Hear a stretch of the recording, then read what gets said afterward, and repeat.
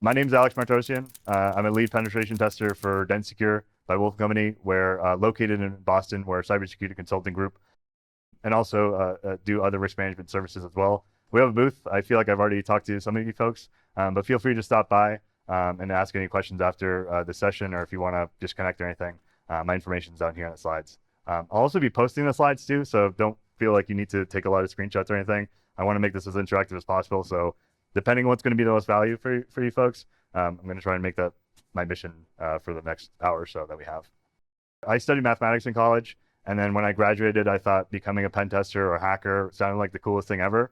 And I broke into the industry first starting in IT auditing, and that may that may already bore some of you because of your lunchtime and think that's the worst thing ever of why am I talking about IT auditing. But there's a lot of correlation between auditing and in terms of what we're going to be talking about, because we have a trust issue, I like to call it, with cybersecurity, especially with our cybersecurity solutions and our controls, where we implement, and we're one of the only industries in the space where we're going to implement a new endpoint detection response tool like an EDR. We're going to get CrowdStrike, we're going to get SentinelOne, we have Splunk, we have all these different resources, and we assume that they're going to do the job for us in terms of being able to detect and hopefully even prevent some of the attacks out there. But unfortunately, that's not ever validated until either you have a pen test, if you're lucky enough, if you're mature enough to be performing penetration testing, to have that evaluation and validation to identify those sort of gaps. And the worst scenario is if some threat actor is essentially performing that validation for you. So they're going through your own environment and finding and identifying your assumptions were not actually in line with reality. So that's, in terms of how this workshop is going to be set up, is really that audit mentality where we're going to validate our controls and assumptions and take you through the exercise of, in these really isolated ways of examining procedure level data, understanding what an attack actually looks like, and then looking at the actual results from an endpoint detection response tool as well. Yeah, I'm really interested in mathematics and security, so I like to motivate all my talks with like a problem statement and essentially state how we actually got here and what we're trying to accomplish too. So agenda, again, motivations, why this workshop was created. We're going to look at some basic definitions, frameworks, matrices. I see some of you already have your laptops open. If you have a virtual machine with Windows, that'd be great too. If you're comfortable, I can essentially give you the command to integrate your VM with Elastic, the EDR agent that we'll be using to evaluate. If not, I've also provisioned some temporary RDP hosts. So for those, depending on what you are more interested or feel more comfortable with, feel free to reach out. We'll get you working when we have the time. Yeah, we're going to look at what atomic-based testing is, what micro-emulations are, at least from the MITRE Ingenuity team, and then finally what purple teaming actually is as well. I'll also try to dedicate some free time just so folks can kind of play around in their own environments. So I'll walk around, or I'll try to answer as many questions as I can, just to leave you off, because my main mission here is to say, here's what the resources exist, and at least for you to be able to do it, because as a pen tester, the worst thing that happens for me is if I perform an offensive security test, I always try to recommend defensive teams to at least run the same kind of tools that we already are.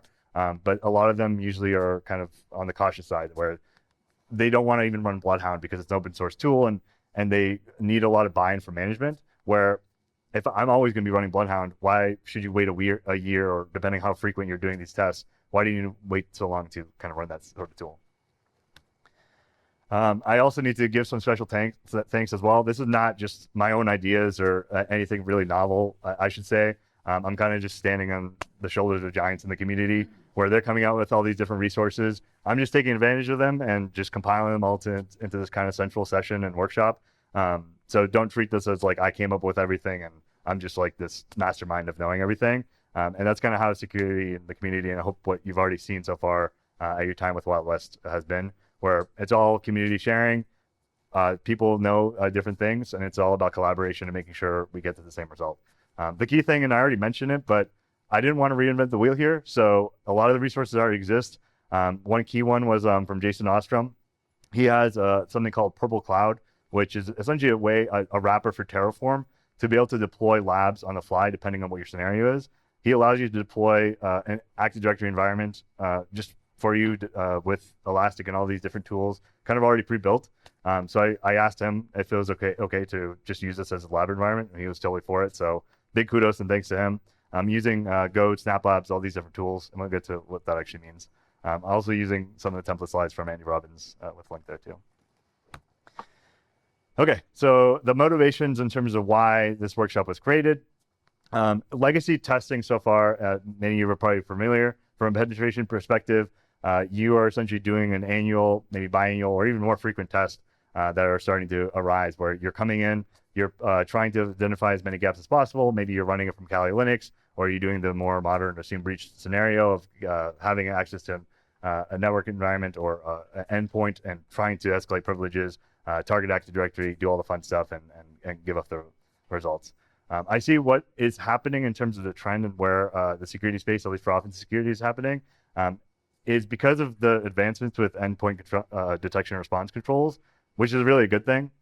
It shifted the industry to adapt to actually testing that in a different way, because a lot of resources and research goes into trying to bypass or try to test and evaluate those set controls, which has shifted how the assessments are actually kind of being ran. So in the past, we'd probably do like a Nessus scan, and if you listen to some of the Red Siege guys' talks, you probably heard them saying like the legacy way of doing things was we run a vulnerability scan, we find something exploitable, we run the public proof of concept, we get a shell. That's usually how penetration testing, at least for the decade or so, has been operating. That's now shifted to more of these assumed breach compromise scenarios, and that's largely because of the new advancements in detection and defensive controls that exist now that defenders can take advantage of. Another motivation for this was the confusion behind what these assessments actually mean. If I assume many of you have probably heard of red teaming and purple teaming, but if I asked anyone here what that actually means, we're probably going to arrive to different conclusions. And if anything else, even if you know what purple teaming is, if you are running your own purple team for your own organizations or have committed resources of saying we want a third party to come in and do a purple team, that third party, like a pen test, is probably going to do something vastly different than what maybe your expectation is. So trying to define what those terms actually mean and giving some sort of formality just so you're acquainted to, okay, this is what the actual goal of this type of exercise is. That way you can communicate either to your own business or that third party of understanding why you actually may want to accomplish something. The other part to it is, like I mentioned with pen testing, and we'll get into the example, but I often am running into a scenario where we'll come into a client site, we'll run all our cool tools, we'll get domain admin, and we'll hand out the report, but then we leave. If we're lucky enough to win the work again for next year, we'll come back, and does anyone know what's going to happen when we come back in the environment?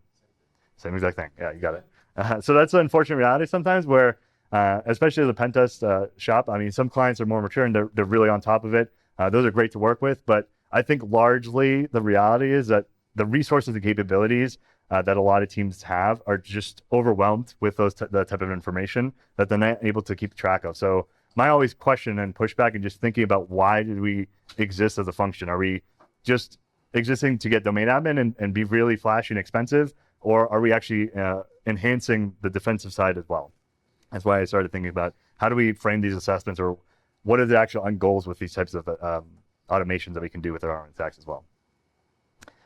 Okay, the last one too here for this point, like I mentioned, that security controls are a black box. Your CrowdStrike, SentinelOne, you don't exactly know what the proprietary blend is. So your assumptions may be that it may detect X, Y, and Z attack, but it may be actually alerted upon or seen in a different light.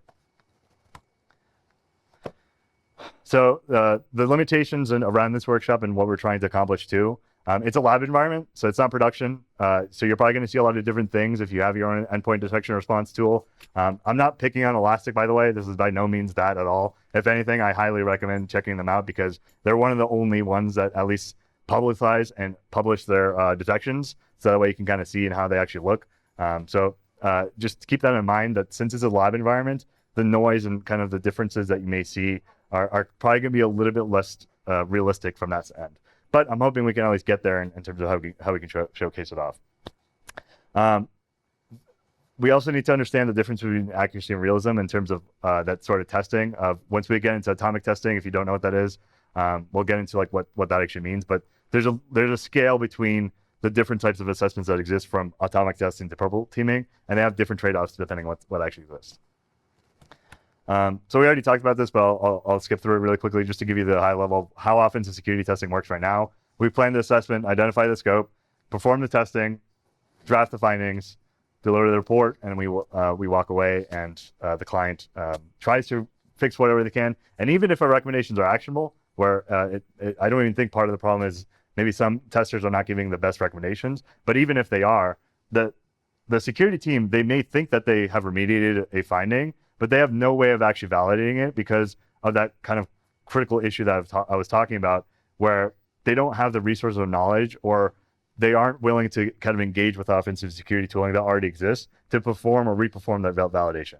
And I think that's a huge gap in our industry, where we were doing the same tools. Like, these tools are public and open source. It's not a secret of what exists out there. Why not use them to kind of validate and remediate and test for yourself? And that's what I'm hoping you can take out of this workshop. Okay, so the security theory in terms of how things actually exist. Again, we talked about this, but just again, re-invoking and just saying what the importance of offensive security testing and how these new assessments are kind of coming out to be. Since we're talking about threat emulation and purple teaming, I have to have my obligatory pyramid slide. Do people know what this slide is from? Have people seen this before? Some people are shaking yes. Okay. Pyramid of Pain, yeah. So on the left-hand side, we have the Pyramid of Pain from David Bianco from 2013. He's a SANS instructor and came out with this pyramid to essentially define why it's very hard to detect certain techniques in attacks. And that's kind of a central theme that we're going to dive into in terms of understanding what an attack actually looks like and when we execute something. Really, if it's a little bit too confusing, at least in the pyramid, just look at the top in the base layer. And it's not to say the base layer is not important or any of these different ones are less important. I think that's kind of missed whenever we're looking at this pyramid. But the top one is meant to say the behaviors are really hard to modify. So if I say I'm going to perform a curb roasting attack, there's a lot of different ways from an offensive team that I can perform that sort of attack. And we'll get into an example of what that actually looks like and how you can run it yourself in your own environment. But there's a lot of different ways that we can run curb roasting. From a defender perspective, there's many ways to also detect curb roasting. For me, I can just modify the script. So I can use Rubeus, I can use the PowerShell scriptlet, I can make my own tool, C#.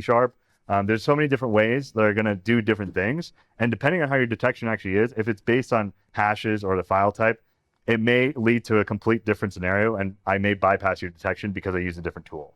So from a defender perspective, what we're trying to do is get to the very top of what is the actual behavior from curb roasting of it's making that TCP/IP connection, it's going out to your domain controller on port 88, it's making that request in that kind of lower level connection to request tickets. That's what's going on in the background, and that's a better detection, more robust than something that's just going to detect Rubeus on disk or something to that effect. So just think about that from a perspective of detection engineering is really important and oftentimes missed because we deploy endpoint security controls and think because they have machine learning AI, they're just going to take care of anything. I oftentimes run into scenarios where people are shocked that they have to tune or change configurations with their EDR. On the other side, we have the pyramid from Chris Peacock. He works for Scythe. The key takeaway from that one is just that procedure level data is the key takeaway from what we're going to do in this workshop. Procedures meaning actual command line level data of what a threat actor is actually performing and running. So it's not just this theory of curb roasting. I want to know exactly what the threat actor is running, what tools they're using, and the command flags that they're running with a tool. So they may be using Rubeus, but I want to actually find that actual intelligence of seeing what the breach report it looks like from an organization, which is oftentimes difficult to find. But if it exists, I want to see the actual command line level detail of they use Rubeus, they maybe modified it, they use this command flag, this is what the requests look like, and I can re-emulate that in my own lab or my own network. That way I'm doing it first, and I know that my defenses are robust and are working against it before a threat actor does. And that's really the point of this. Going through what atomic testing is, what micro emulations and the full emulation. Atomic testing is really just procedures as a singular action. That's how you can think of it as. Are folks familiar with Atomic Red Team? Have you heard of that before? A lot of heads. Okay, good. Red Canary, they have a booth down there, and a lot of different workshops are going on with MITRE ATT&CK. But I highly recommend talking with them because they're the ones that created that open source collaborative community effort to help automate attacks, and that's one of the frameworks that we're going to use and dive in and explore with Atomic Red Team. So one thing about Atomic Red Team, if you've ran it before, it's not as accurate as you may think in terms of we're not able to fully assess a detection from an EDR. We are able to assess the telemetry is there. So if I ran a curb roasting module within atomic red team, meaning I want to replay that attack of, I know these threat actors are running curb roasting. I went to Tim and Dean's talk. I really want to replay curb roasting all the time. Then you have the ability to run that within atomic red team, but it's not necessarily going to tell you from a detection because it may not be overly fair of how you're running it. You're running from just one PowerShell. You're not running it from a unknown process like a real adversary would with a beacon or Cobalt Strike or anything. So just keep that in mind. The key goal there with atomic-based testing is to validate that your telemetry and your sensors are actually pulling the same information. MITRE Ingenuity then came up with kind of a more targeted effort, and Red Canary also has this too, but this is called micro-emulations. So instead of just running one singular action, we're going to compound several techniques on top of each other and procedures at once, where curb roasting, it involves identifying curb roastable users first. So we need to enumerate and have access to the domain. We need to enumerate the curb roastable users.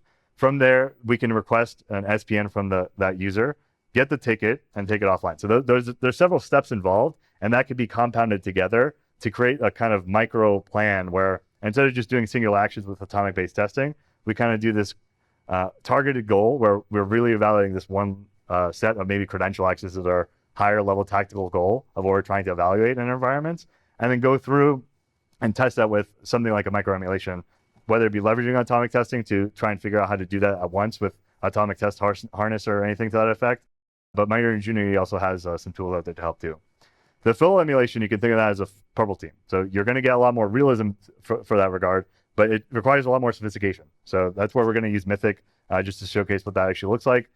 But just know that there's different sophistications. Like atomic testing, you can run today or tomorrow in your own environments and get a lot of added value instantly. Versus the full emulation, you may need a team or a third party to assist you with actually creating that in a meaningful way to actually get value from the exercise. Endpoint detection and response is going to be our main focus for this workshop.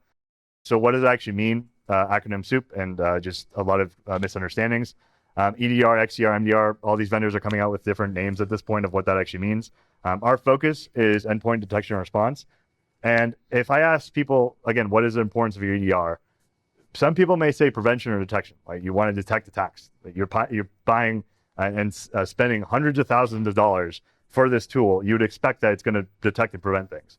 But the biggest thing that I want you to take away from your EDR, if you have one or are looking to evaluate one, is it's going to be telemetry. That's really what EDRs excel at and what we're going to be evaluating from our perspective, at least if we get things started with atomic-based testing. Again, telemetry, this is essentially saying sensors, network-based information, collecting the data is there, and that we can start building our own detections or enhancing the ones that we already have by default from our vendor to build off of that. That's essentially what we're saying with telemetry. This is just a funny slide that I saw from Prelude, and it's from CISA itself, but you could see the two links there if you wanted to take a look. Again, slides are going to be posted, but I just found this funny in terms of just thinking about that. If you implemented Chromebooks or iOS in your environment, you got rid of Windows OS entirely, and I'm not trying to bash on Microsoft at all. They're a great company and they make a great product. But just this quote from CISA, if more organizations started migrating off Chromebooks or iPads to kind of a secure or more secure default operating system, then they would reduce a huge number or portion of attacks.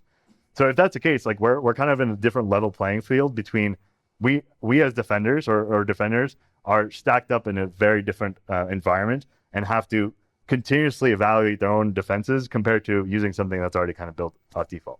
Now, it's not realistic that you tomorrow go to your CISO or your IT budget and say, like, let's replace everything with Chromebooks and iOS. Probably not going to work for you.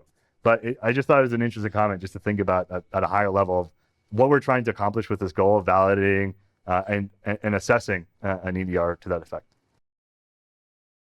How many people have heard of MITRE ATT&CK evaluations? And it sounds like people are familiar with MITRE ATT&CK and when I said pyramid pane, so again, I have to at least mention that too. Did folks see the latest evaluations? That's going to be our first exercise first, just to go through that. We'll look at the Elastic EDR evaluations first, and then we're going to look in our environment and start testing things out. MITRE ATT&CK, I'm not going to go through the details. There's plenty of people that are already talking about it in this conference. But just the key takeaway from ATT&CK, if this is the first time you're hearing about it, treat that as just a classification model. It's just meant to help offensive teams and defensive teams understand and classify the same types of attacks. So if I said curb roasting, I can classify that with the technique ID, and we can get on the same page of what I'm actually talking about. If you've never heard about Kerberos or whatever it is, we can look it up in the MITRE attack matrix. We can see the details of here's the relevant observed data of actual threat intelligence of I've seen this threat actor actually use it. This is how they actually do it. And it's just classifying different sort of attacks and for us to speak about it. It is not a framework to play bingo with. We're not going through and evaluating to say that we're 100% secure because we're aligned to the MITRE attack framework. It is just merely a classification model. So keep that in mind. So if you take nothing else away from this workshop, please don't go back to your organizations and do like heat map stuff with MITRE attack and say like, I have green for this coverage of this test or anything like that. MITRE attack is merely just talking about different attacks and how we classify them based on observed intelligence. We've seen this in the wild. It's here in this report. We can bring that in, talk about it, classify it, and mark it off in our framework. The MITRE attack evaluations are pretty incredible. And the reason why I wanted to go through it first is just start to get an understanding of our own environment that we built out with Elastic EDR, because what they've done to be able to even bring in so many vendors into the space and test them, essentially what we're talking about here, is an incredible mission in terms of what they were able to accomplish. I don't know how they convinced so many vendors to come in and say, let's evaluate our endpoint detection response tool, but they did. Essentially what they're doing is developing a plan based on the threat actor. If it's a ransomware operator or whatever that effect is, they create this plan, and each vendor has about 3 days or so to go through this evaluation period where MITRE red team operators are running a playbook of, we know these commands are being ran by these threat groups. We're going to run them against your EDR, assess and see what the actual outcome is, and it's all publicly released. Unfortunately, MITRE does not rank, and it's not unfortunately, but they just don't rank anyone. Maybe that's because that's how they convinced the vendors to actually participate, but that's essentially how every vendor says that they're 100% MITRE attack aligned. If you see that running joke, everyone every year says that they're 100% MITRE attack. If you see a cybersecurity solution, you're probably going to see that they're MITRE attack aligned, they're MITRE, whatever the buzzword is. Always keep that with a grain of salt. Like, it's great that they're using MITRE attack and they're going to use the framework to at least classify and get to the same page from a detection perspective. But what we care more about is the procedure level data and actually seeing visibly of this is what it actually looks like on the EDR that we're looking at. It's going to look and be presented with this sort of information. So does my analyst, my SOC analyst, or my team that's using the EDR, do they have the ability to kind of use this at a higher level? The mapping example, this is an example of one of their first evaluations. They take actionable intelligence and then map it to actual data. I just really like this PDF. It's kind of hard to find, but the link is here. But you can see that they take observed data of an actual breach, they cite where it actually came from, and then they show the actual content. This is what we're going to look to actually perform. So again, attack is not a checkbox. We're just using it as a means to drive our emulation plan and going to classify our own actions from an offensive perspective. And to that end, obviously malicious actors do not care about the MITRE attack framework. They're going to accomplish their own objectives through their own means. Procedure level data is really hard to find, so we have to make some sort of assumptions, and we'll get to what that actually means. But it's more about, if you want to evaluate an EDR, if you want to evaluate your Microsoft 365 conditional access policies, whatever you're looking to evaluate, it's more important to focus on the goal of that, and then look at, start with the goal before you start with a plan. Threat modeling itself, obviously threats have intent, they have capabilities, and that's what we're looking to perform and why we target threat emulation. We're looking at the actual observed data, and we're not just making things up, we're not making theory up. So it's a little bit different from a red team, where the red team may be really flashy and even more sophisticated than a ransomware operator, for example. But we're looking from a threat perspective of what is actually out there in the wild. They may be running whoami.exe, so we want to evaluate against it. This is what a simple escalation plan can look like. So if we wanted to theorize at a higher level of, if I want to target and understand what credential dumping is, a user may have access to the target machine. This is kind of my inner workings of my controls. I'm inventorying and understanding what my control environment actually looks like. I'm going to perform and execute this from an offensive perspective. Last section before we get started. This is the reality for defenders again. If you look on the right-hand side, I have so many different ways that I can perform credential access for Kerberos. I can run it from C#, I can run it from PowerShell, Rebase. All these different tools exist. The detection is always going to be different. And that's what we're going to start with first, of understanding of what does the actual detection actually look like, and do I actually have the visibility to go through it. So let's walk through the evaluations. I'm going to post the link to the actual site for the EDR. And we're going to start there just to take a look at what that actually looks like. We're going to start here. I'll paste it in the Discord. You can, for those that don't have a laptop or just go on their phone, just look up the attack evaluations, and we're looking at specifically Elastic. So just take some time to kind of work through that. I'm going to quickly go through the key takeaway here, and just so you can kind of see how you should be assessing this. If this is the first time you're opening this, highly recommend, encourage you to go through it, especially if it's something that you're evaluating from your own environment of, I have CrowdStrike, maybe I can see what they tuned, because they also publish the detections that were changed by the CrowdStrike or any of those EDR vendors. The key point here is, though, and let's blow this up just to give a key example. What I'm really looking for is, if I want to say hone in on a specific tactic level. So if I'm looking at this discovery and privilege escalation as a higher level tactic, I can see the evaluation details of what they're looking to run. I get screenshots and also what the operator, the MITRE red team, actually did. And I can blow this up, and I can see for myself, this may be kind of smaller read. You may have to do this yourself. Let's see if we can blow this up. Still may be difficult, but you can see this is essentially what should be coming back. So a really naive way of doing this right now in your environment, if nothing else, you can look at the attack evals and run a similar emulation plan yourself, right? You can look and see, I have CrowdStrike, I have Elastic. This is how things should be looking like on my end. Can I actually validate it on my end? There's so many environments that we go through that they have the same EDR. Client A has CrowdStrike, client B has CrowdStrike, but then those two different EDRs perform completely differently. So it's kind of important to kind of go through this exercise to say, do I actually understand what the actual model is doing from that perspective? Am I seeing the same sort of data of, this is what my analyst should see? It should be a technique-based detection. I should see the command level detail. Do I actually get the telemetry that I'm looking for? Did it actually get detected? Looking for discovery. For those, it's really hard to read this, but this is just looking at enumeration of admin accounts. So the operator is just running the net.exe utility. They're enumerating what administrator accounts actually exist. So net domain admins, and just looking at what's actually there. So you can see Elastic did pretty well. It targeted and identified it as a technique classification. It saw the command level data on the bottom here, net.exe, net group domain admins, -domain. So let me post I'm gonna also post the Elastic installation, this code block here.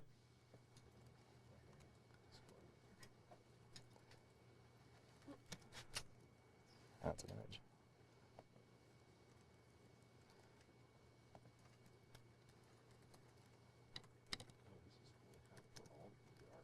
Yep, all the EDR players are there. Okay, so I just posted in Discord the installation process. So you're running that through PowerShell. So I'm gonna blow this up really quickly. So in my own lab environment, I can get into one of my boxes that I have access to. You're going to open up PowerShell. If you have a Windows VM, that is. If for those that are struggling or don't have, I just clicked that one. If you need an RDP session, by the way, just reach out to me and I'll get you connected. I have boxes provisioned for those that don't have a VM ready. But if you do, you're essentially going to run that command that I posted in Discord in your PowerShell command line. You can just copy and paste it. And what it's going to do is install the Elastic agent for yourself. And the policy that we're using is a detection-only policy. So what I didn't mention about that attack evals, that's really important to understand. And all your EDRs have this. Your EDRs can be put on audit mode. So that means that CrowdStrike, Sentinel-1, all the major EDR players out there, they can be set in audit mode, and that's how the exercises are carried out. The reason being is not to say that prevention is not important. So Corey Overstreet had a great talk about EDRs and how they bypass EDRs and target them to get through the prevention policy. It's really important to test the prevention policy, and that is considered within the MITRE attack evals. But it's more, you may not be able to prevent everything, but you probably should and must detect everything. That's kind of the goal with what we're trying to do. So from an emulation perspective, I could put Rubeus.exe on target disk. I could put Mimikatz.exe, and that's what some ransomware operators do. And your CrowdStrike or EDRs are going to probably block it. But that doesn't actually tell me anything that can actually defend against a credential dumping attack. So if I ran technique T1003 from the MITRE attack matrix, if I ran that technique, that tells me nothing of did I actually emulate that successfully? All it tells me is that I blocked the malicious file. My static analysis tool was really good at finding a file hash and just blocked it from the environment. So that's a key point of why we have it set in detection mode, because I really want to see the full chain of events of can actually detect the technique that we're looking to perform, and less so about, okay, you blocked this bad file because it was on GitHub. So let's go through a basic example really quickly. And for those still getting started, I'll take some time here.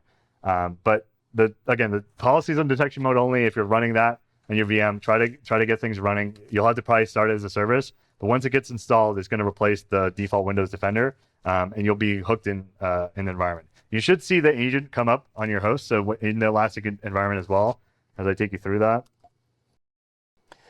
So within Elastic, one of the cool things, if we look at the rules, they're one of the only tools that publicize their open source rules. And we can look at their MITRE attack coverage. I don't really like the coverage idea, but if we click this, we can start to see an example of what they're able to kind of accommodate for. And we get like specific detection rules, and we can see their logic so that we can actually evaluate it. So as an example, everyone loves passwords. So I thought the easiest one to demonstrate first would be password spraying. So just to showcase that in at least the lab environment that I have here. So this one is using game of Active Directory, and I don't have the. I'll install Atomic Red Team on PowerShell. When you run Atomic Red Team, make sure you're running as an admin. And for Elastic too, just make sure you're an admin.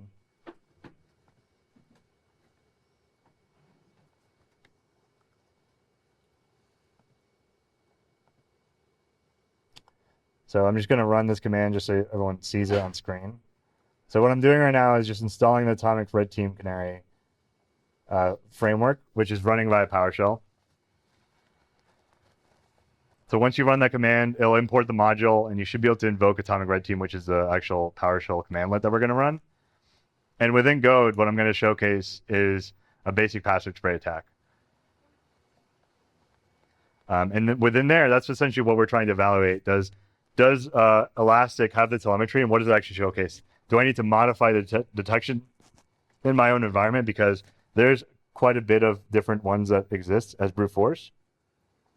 So you can see the two enabled rules that I have in the environment right now is spike and fail login attempts and multiple login failure from the same source. So I can click that rule and actually examine the detection logic. I can see if it was ever triggered in the environment so far. I can take a look at the alerts so far that are open there as I'm waiting. I'm going to go to the next page. And it's very simple. It's just a single action, right? We're just doing a password spray. But that extends what we're trying to accomplish with this evaluation. Maybe my goal is I want to audit the password-based environment. I can use invoke Atomic Red Team. So I have this installed. This is a simple command to run and invoke atomic test. So each time you start and invoke atomic test, and I'll show you an example when I pull it up.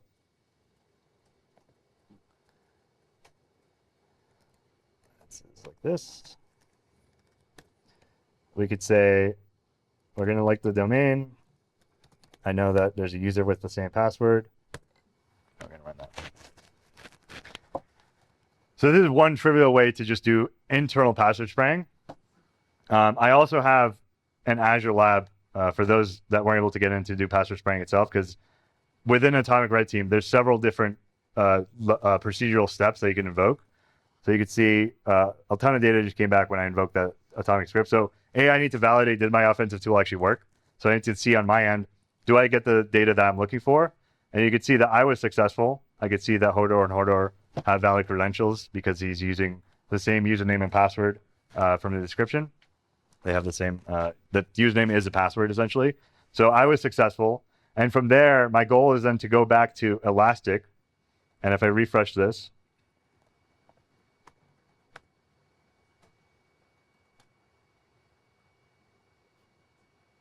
it may take a second to load. But I can search, and I ran it before just so you can see the alert come up.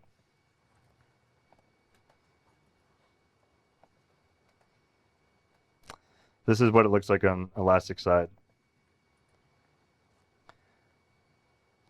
So I can see that it was successful to actually detect. So from a MITRE attack perspective, that we have the credential data, the technique ID, I was successful from an offense perspective, but I can evaluate at least from Elastic and how it's operating, and then tune my detection. So is this actually information that's actionable? I can see exactly what it's targeting on. It's maybe kind of hard to see, but if you scroll through within Elastic, you might be able to see the data within it. I could see the failed logon attempts. I could see where the source is coming from. That's kind of like the assessment that I'm making. Purely from a telemetry perspective right now, since we're doing atomic testing, just evaluating, does this actually line up with what I'm looking for?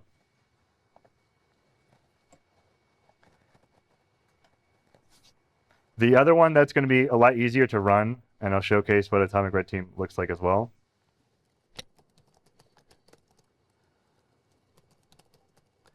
So part of the exercise that can help this too, and I'm going to make this link. This is a really good resource for just basic threat intelligence. If you get the IE error, you might have to bypass that. I can send you the bypass.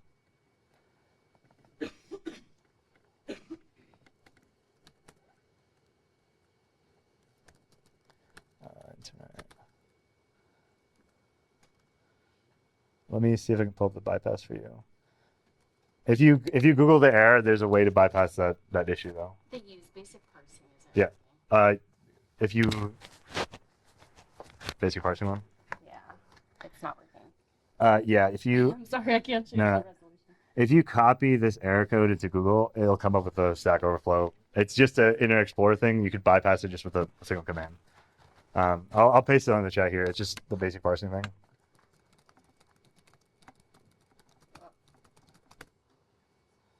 I'll paste the command. It's over here. Pull it up for you. So the long and short of this is you install the framework for the Atomic Red Team, and then you can just call whatever test you want. Yeah, exactly.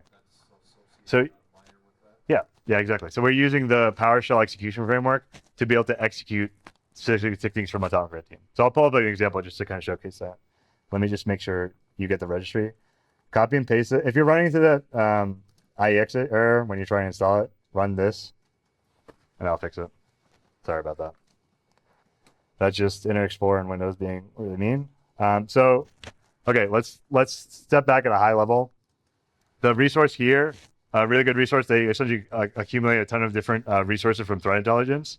And one of the things to note, like the DEFA report, if you've never heard of that, I highly encourage looking at this report to kind of see this is what an actual example ransomware operation actually looks like from start to finish, and how the actor was actually successful in deploying ransomware. So this is something that you could truly look at from a public intelligence perspective. They do a really good job of aligning to the MITRE attack. They showcase command line level detail. I can pick out specific techniques that I want to evaluate at an atomic level. And one that's kind of well known is adversaries will use remote access tools, so trusted, legitimate remote access software. So things like TeamViewer, they'll use Screen Connect and different procedures like that, and they'll run it within your environment to establish command and control. Since it's a trusted binary like TeamViewer, they're using that as a command and control and able to control your machine without the need of a beacon, C2. They're not using a malicious payload. They're just using TeamViewer, sending you a code, and then getting access. So what does it actually look like from Atomic Red Team? Because the question was asked, are we essentially just executing with the PowerShell framework?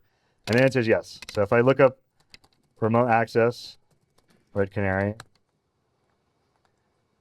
I can go to their GitHub. And this is the technique that I was just talking about, remote access software. Let's pull this up just so people see it. So again, it takes the description from MITRE. We have remote access software, how our actors are using it. Very simple. We're just looking at evaluating, is my EDR going to block this or detect this? I guarantee most of them, by default, are not going to. Some do, some detect like TeamViewer by default, but other remote access software is usually just bypassed, especially if you haven't tuned it. So this is a really easy one just to test with very low effort of saying, here's all the different atomic tests that exist. So I can naively just run all of them with the PowerShell execution framework and see, do I have the telemetry within my EDR to actually detect or alert on that? This is inherently non-malicious. Yeah. So that's why I recommend making a detection only policy when you're doing these sort of tests, because your EDR may block things that are prerequisites for the atomic red team, but you could still at least evaluate it from that regard to at least understand, like, is my EDR actually picking this sort of information? Does it see it? And do I need to make an alert for it? So if I want to evaluate, for example, I showed you the password spray example, like really simple. But if I want to evaluate, for example, the remote access one, and let's just say I'm going to run all of them because I want to see full coverage. I want to know every single remote access one, at least that the Red Canary team has published, since that's one of the limitations. We're only looking at Red Canary. T1219 is T1219 is the atomic test. And it's going to go through every single atomic that was listed through there. So it's going to run the TeamViewer one iteratively. So atomic test 1, TeamViewer. Atomic test 2, AnyDesk. It's going to plant those files onto your endpoint. So what Atomic Red Team does is actually make modifications to your system too. So if this is the first time you're doing it, always start with a lab environment anyways, or at least a test machine that you can be comfortable with wiping or destroying. But I know there's some payment commands actually. There are. Does it automatically run those? No. You have to manually go back and rerun it. Every one of those? Yep. Okay. Yep. So the naive approach for using Atomic Red Team is I'm going to run everything and see if I get a detection.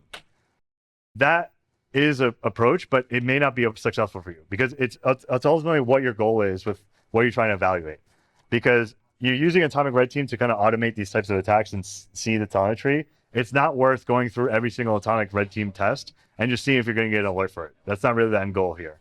It's more about, I'm looking at threat intelligence saying, I know ransomware operators are using remote access software. They're using maybe X, Y, and Z. I can test that very quickly.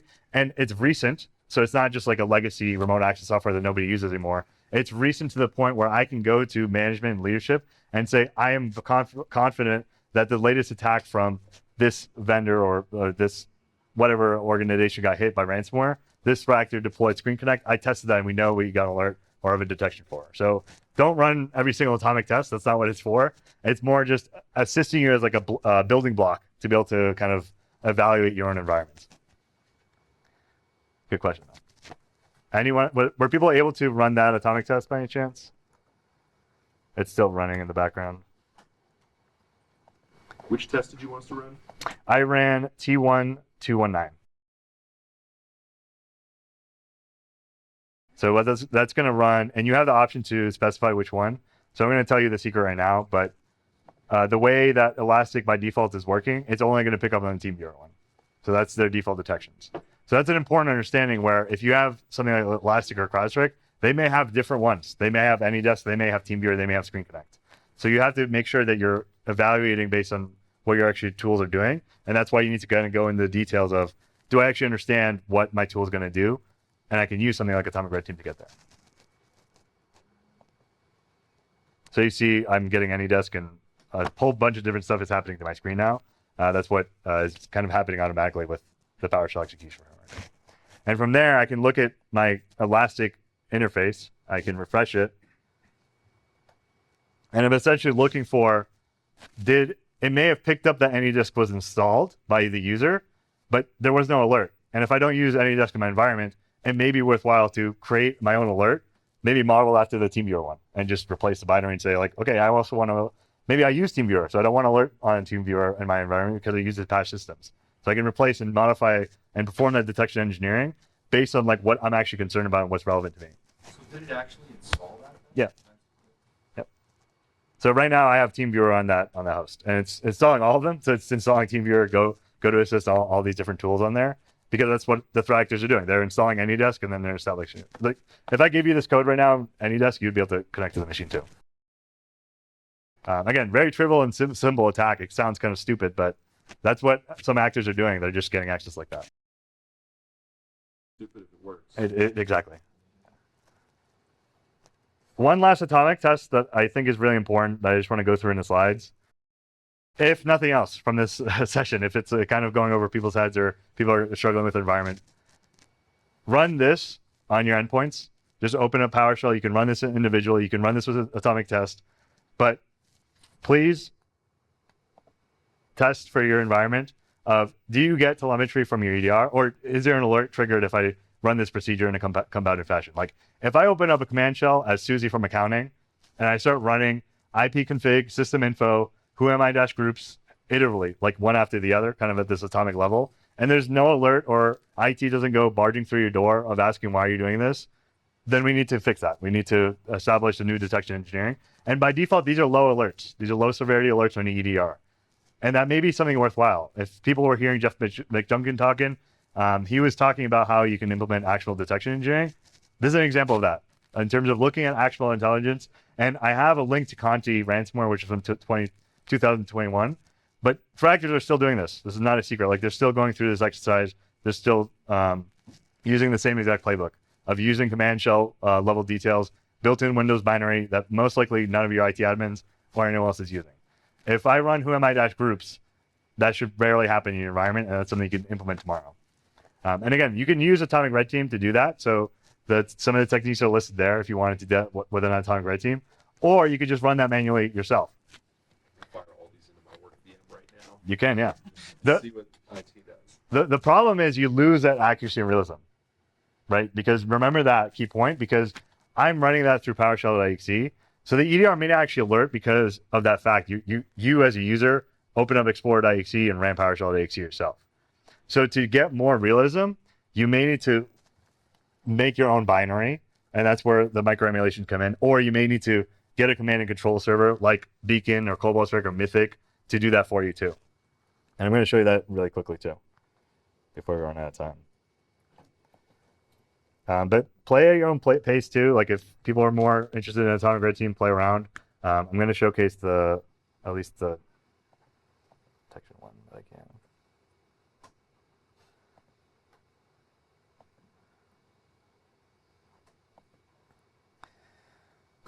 Okay, let's launch Beacon.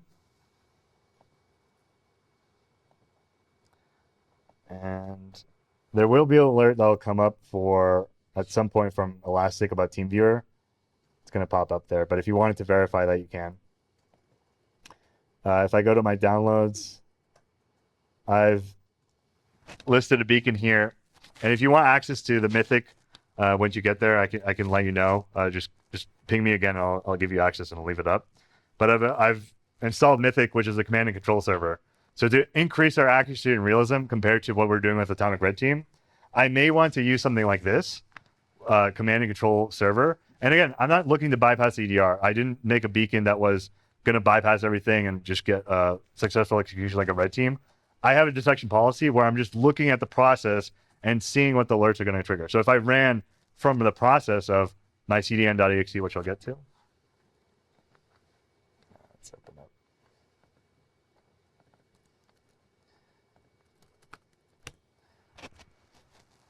So here, I have an active callback. This is just basic command and control.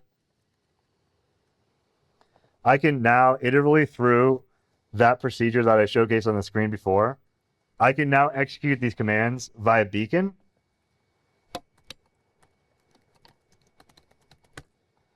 So I can go through each step manually.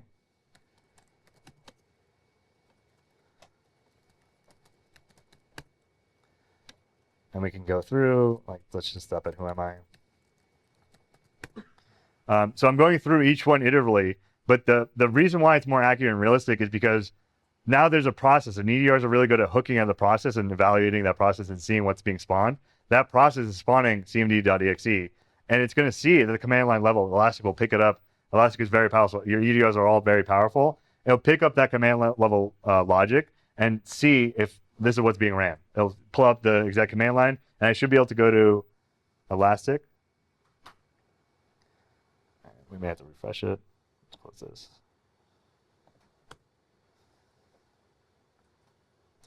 Let's open up the process.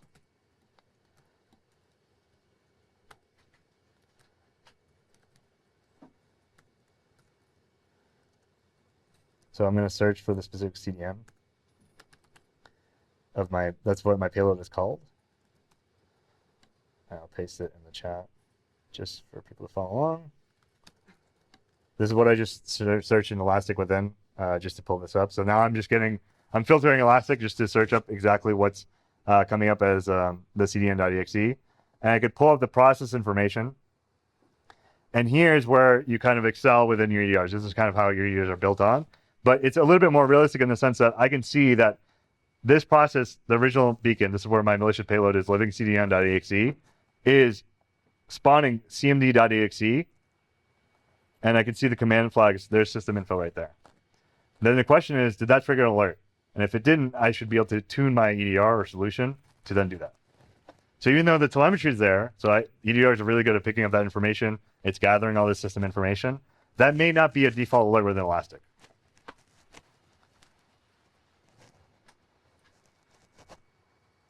I just want to see how we're doing on time.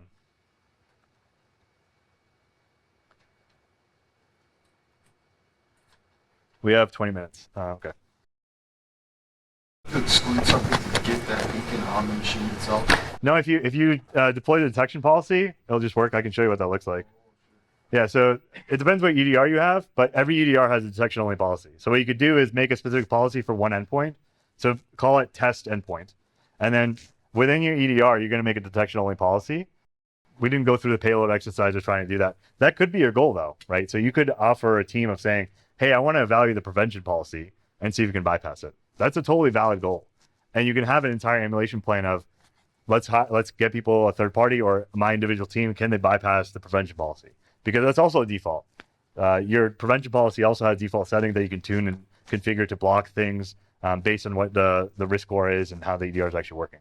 But I would recommend, yes, that's a good place to start, but setting the detection policy is probably more important because I want to see not that the payload was blocked. That's great, it did. But let's say I'm more sophisticated and I went through the exercise of tuning my payload and bypassing your EDR because I maybe bought it and like I'm testing in my own environment before I deliver it to your network. I bypass the prevention policy. Then the question is, does my detection logic give me the telemetry or the ability for my analyst to act on it? I'm a little bit, I guess, controversial in terms of I believe in chaos theory of like just always test on the fly. Like you shouldn't really. There's no great way to test in terms of people want this perfect scenario of like these idealistic scenarios where, oh, we have too much going on this quarter. Like everyone is always busy, but just don't be afraid to kind of use these tools or just maybe start with a lab environment first of using like Snap Labs or deploying like Purple Cloud and then coming to the business and saying, hey, this is the same tools that we have. I ran it through here. Is it feasible for us to test here? Because I'm concerned where this threat actor targeted my industry. They targeted this breach, this ransomware operator. That's kind of like the biggest news. And I could run that internally on a test machine and showcase, yep, I'm actually comfortable now. I had people perform detection engineering. I had my team tune up my SIM or my EDR to be able to alert now on system info or who am I, IP config, that kind of thing. So Elastic is going to alert on something. It's just depending on what exactly. And do we need better coverage to enable? Because each EDR is going to be a little bit different. Like Elastic is going to do one thing really well and compared to others. CrowdStrike's maybe going to do something else. It really depends on the scenario and controls that you have.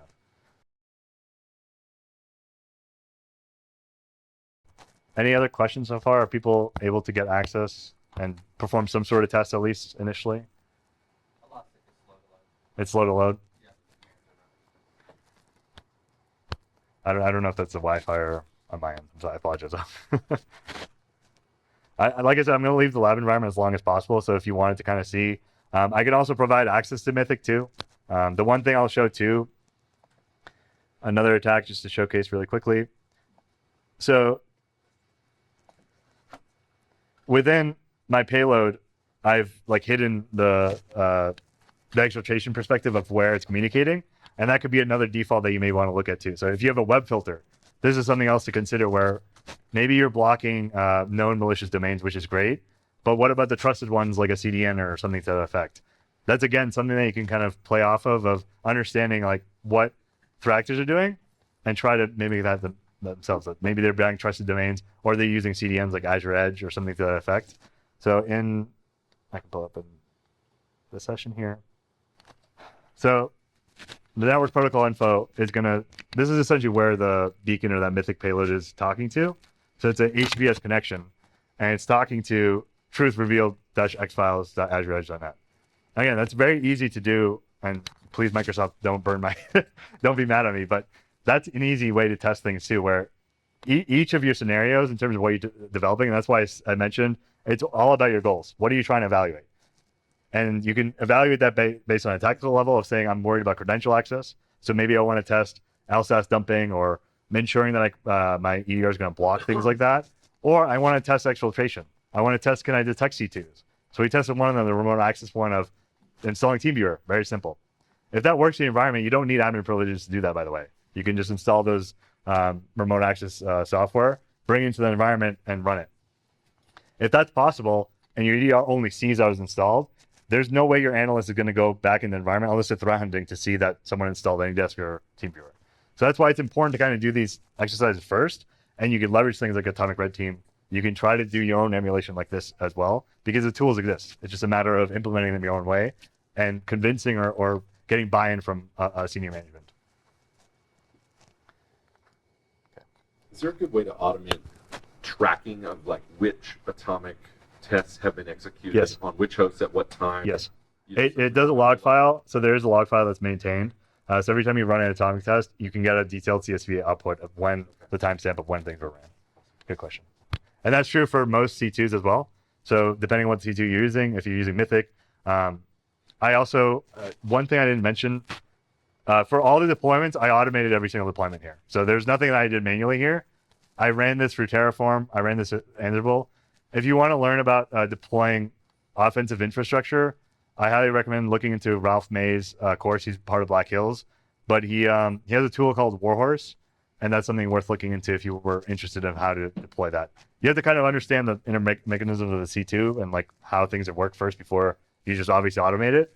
But that's essentially how I automated the deployment here, just to kind of go through this exercise of looking at, like for example, how is Elastic actually doing from a detection perspective? Again, we're not bypassing EDR. This is purely detection. Looking at telemetry, what is the Elastic actually seeing?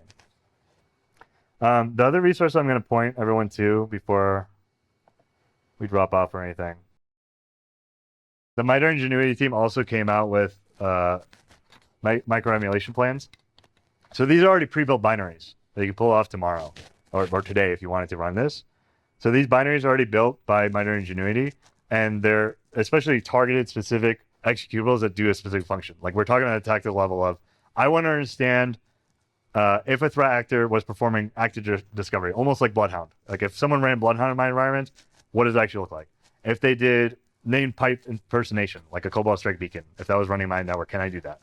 If I was going to do process injection, I can do this in a compounded way using this binary that's already pre-built and get more realism than I would from an atomic test of running something like invoke atomic test process injection. I can get more value from doing something like that, where I can look at the process in my EDR and see kind of that telemetry information and input a detection like that too.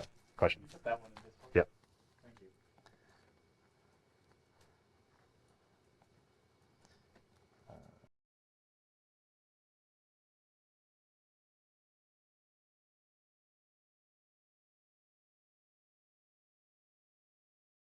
So just an example, you can pull this zip file. And I pulled the 80 enum one. I just linked straight to the, if you go back a directory, let me go back to the directory, just so you see the full micro emulation plan. They've also integrated this with Caldera. So if you wanted to start with a very simple C2, Caldera helps automate this workflow too. I'm not showing this here, I'm using Mythic. But if you have questions about that, we can talk later too. But for example, we'll go into the SRC directory, and they have a whole different list of pre-compiled binaries. Like it's not anything that you need to do. There's no heavy lifting.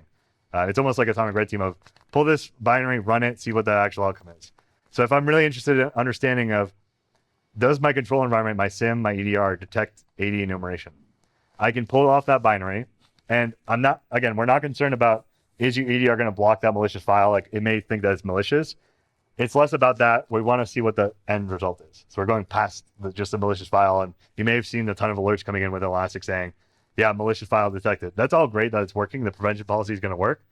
But I'm more concerned about if we go through that next layer, the next step of bypassing that control, because it's working. People are getting passed by EDRs. Adversaries are. So it's only logical that the next step should be, let's actually evaluate the worst outcome of, can I actually detect the next step of, I may not be able to prevent all those files or the malicious software, but can I detect the actual attack from occurring? And that could be as simple as once you download the zip file, you unzip it.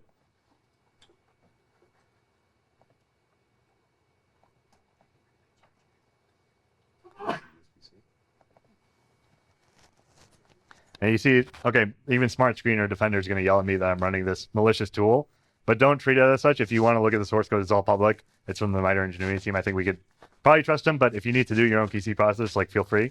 And we run anyway. And I should have opened a command line. That happened very quickly, but let's open up a command prompt.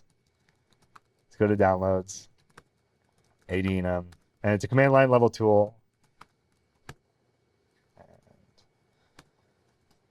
You can see very quickly of what it did. It saves the output to a log file too, but it's essentially mimicking what Bloodhound does. Let's see if I can zoom in. It's essentially mimicking if a malicious file just started enumerating the domain. And from there, I can go back to Elastic. I can look at the process name. I know what it is. It's AT&CK.exe. And I can make the determination of, was there an alert triggered and where? Do I need to tune that detection? If there was no alert, the telemetry definitely is there. My EDR definitely saw it. It saw that activity. But I might need to do some tuning. I may need to say, hey, for these subset of machines in my accounting department, they're never going to enumerate the domain. There's no tool or any application we're using that's going to do it. I can just essentially just detect an alert, a very high risk alert from that scenario. So that in and of itself is not malicious as well. Yeah, that's not malicious. Any user can do that, right? So the binary may be deemed malicious because it's on GitHub. People compiled it, and Smart Screen and all these different third-party controls are marking it as malicious. But nothing that binary is doing is overly malicious, quote unquote. It's just doing things that are by default any user can do. But that activity can be marked as malicious, right? Because why is this package enumerating users? So if we go to close the CDR session and we go to the alerts, now I look at the process name, and this is what helps with these different tools if you're looking at a single executable instead of just Atomic Red Team and trying to hunt through all these PowerShell events. We can look specifically for AD, and let me make sure I get the right name. AD enum. AD_enum.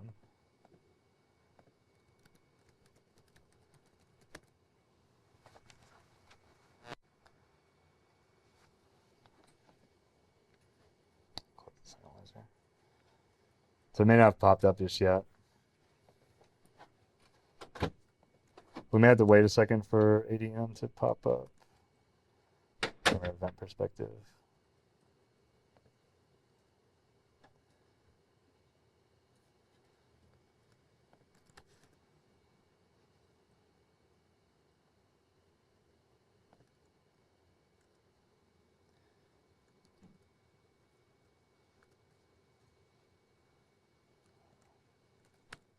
I'll look for it, but I just wanted to demonstrate that really quickly.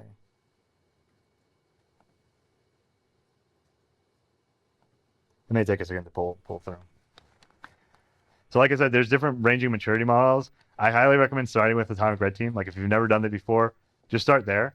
Don't run every single atomic test. It's not going to work out for you very well. But just target the ones that actually matter from a priority perspective. And to help do that too, MITRE has a priority calculator.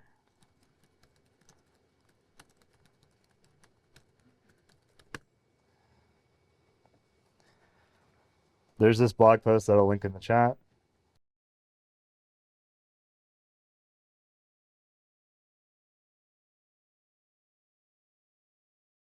Attack is very overwhelming if folks have seen it. There's hundreds of sub-techniques and new things that are being added all the time. This at least prioritizes the place that you should start, and they have a calculator that's listed here.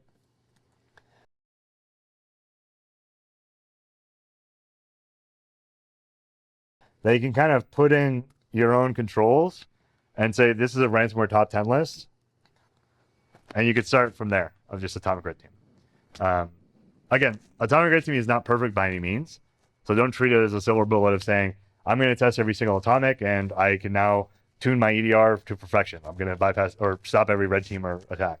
It's just mainly there to help you, the building blocks of the understanding of what an attack actually looks like. They're using Windows built-in utilities. They're having trust in the environment and then executing things that may not be deemed malicious by your EDR, like the remote access software. I've seen that a lot where clients of mine will think that you can install software like that as a standard user. You can just install TeamViewer and establish a session. They're kind of surprised that you could just do that. And yeah, EDR will see that the connection was made, but there's no alert because it's never tuned to. Because a lot of those vendors, they have a market that they're pushing out their own configurations to, and it's not feasible for them to detect on everything. So they have a level of scalability that they have that can input their own detections to, and they cater towards a specific market. And every vendor does that. And if you know that, then you can empower yourself to understand of, I can look at the evaluations, I can make my own assessments, I can see what they're actually alerting on and how the alert will come up on my screen, what does it actually look like for my analysts, and that's how you can make this more meaningful rather than spending hundreds of thousands of dollars and sitting there and saying, why do I have this product now? Let's showcase the log from Mythic. So I ran this earlier just in the event of time and just making sure we didn't run out of it. But I ran Rubeus from the beacon. And this is what I was referring to in the environment. So we can run curb roasting with an atomic red team. You can run that as a basic atomic and see what the action is. Your EDR is probably going to pick it up as malicious because it says it's a PowerShell commandlet, or if it's a Rubeus.exe. But it's more important to figure out what the traffic is actually look like. So you can run that via a C2 and look at what the actual process and what the connections are actually being made to tune out your own detection. So Elastic has a public detection of how they detect curb roasting, and that's how they would essentially do it. You can evaluate it, you can test it yourself. But that was like the one point that I made earlier where as an offensive space, like I can run curb roasting in so many different ways. I can run the Rubeus.exe module. I can get back a ticket like this, and I can take that offline, crack the password potentially. Or I just make my own tool. I make it completely different. I make it unique and run it in your own environment. And are you going to be able to detect the tool now because that's the detection that you had? Or do you have the robustness to actually detect the actual technique underneath of curb roasting?